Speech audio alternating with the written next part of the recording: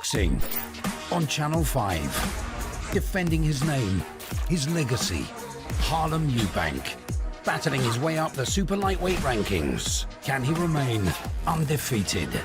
Big Fight Live. Eubank versus Uruzquieta. Friday at 10 on Channel 5. This is Joe Pugh for IFL TV, proudly sponsored by Everlast. Delighted to be joined here at the final press conference for Anthony Joshua versus Jermaine Franklin by DMITRY SALITA. First of all, how are we? We're doing great. I love being in the UK for big fights. Great to see the press, familiar faces, and flying over here. This is the 7th time that I'm in the UK in a 12, 13-month period. And I'm very excited about this big opportunity.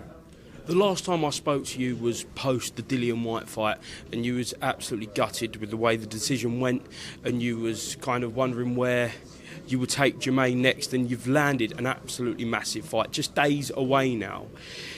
What has that process been like since the Dillian Whyte failure to this big fight? Well, as Eddie said at the press conference when we announced this event, I spoke to Eddie about making this fight before the decision for that fight, for the Whyte versus Franklin fight, was announced. And we communicated a significant amount of time, communicated with Frank Smith, and finally got the ball over the line, and Jermaine got this incredible opportunity.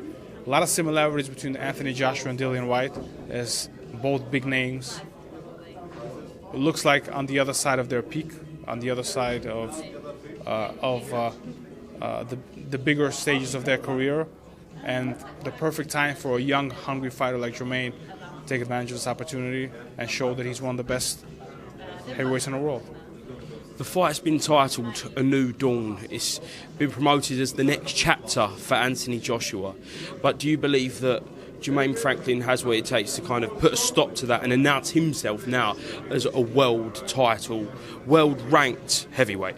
So a new dawn and a new chapter all sound very appropriate, because Jermaine fought on national television on Showtime in the United States, had that big fight with Dillian Whyte where his name became known, but certainly a win over Anthony Joshua is going to catapult his career into the elite of the heavyweight division, and it's something that he's been waiting for and working for a very long time. I've got to ask you, Dimitri, about the reports over the past few days about the lawsuit. I don't know what you can talk to us about, but can I first of all just get your reaction to how you heard about this and how it all come about?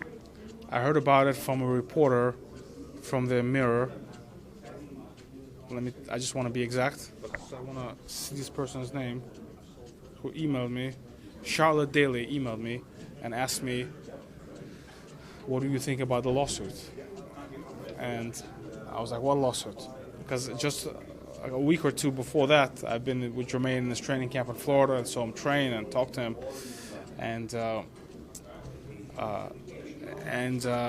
was very surprised about the lawsuit, obviously, to begin with.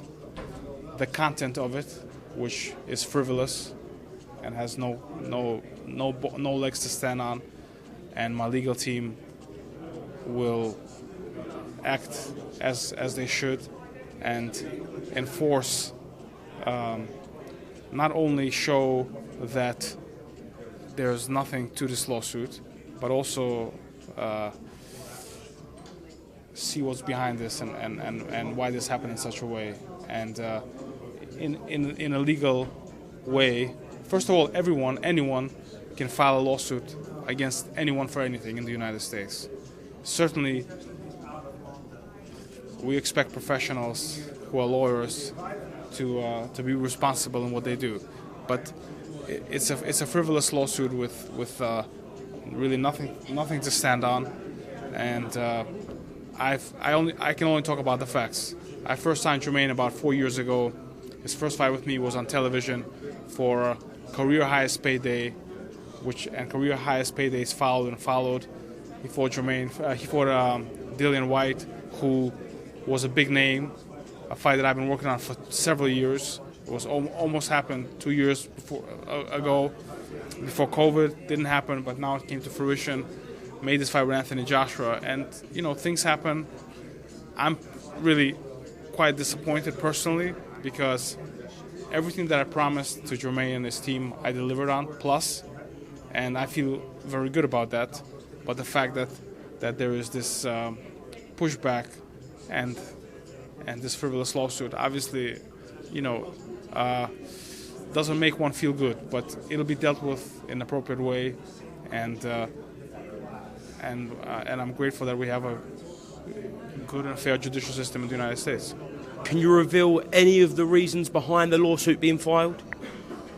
Well, I don't know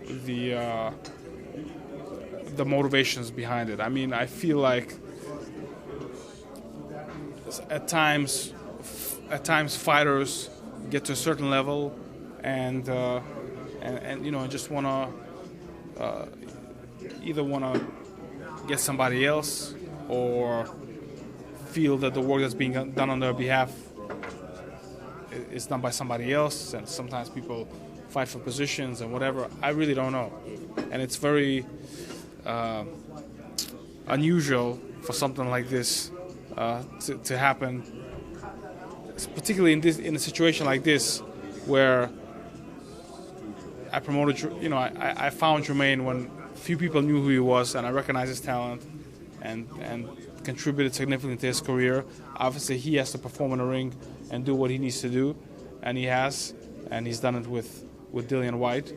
But I feel very good about the fact that I was able to recognize Jermaine's talent more than 4 years ago, and that he's at this stage, and I did my job, and I believe that Jermaine will do his job on April 1st inside the ring. That's the most important.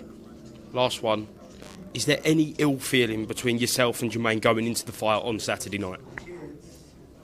I don't have any ill feelings. I feel like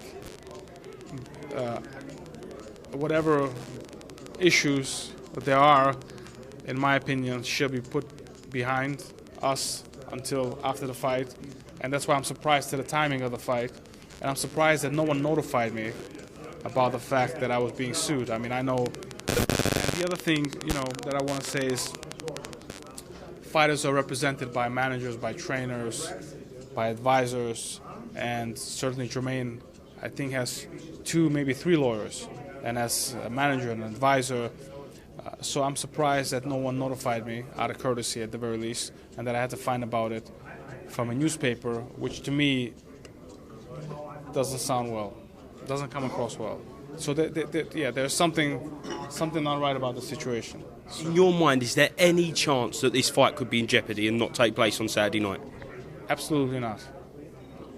If anything happens, it would have to be force majeure, something that no one of us expect. But as far as the situation goes, for purposes of clarity, I'm Jermaine's exclusive promoter, and the deal for this fight is made, and the best man is going to win on Saturday night.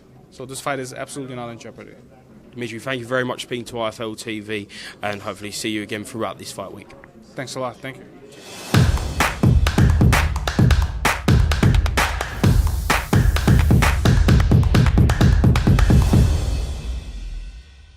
Refuse to not be first. Do we do enough? Well, I never shut up about it. It must have been about 16, 17. We nicked their guilt rings. Right, the bouncer's guilt ring. This is no good for me. That's the reality. If you want the honest truth, and I see it every day,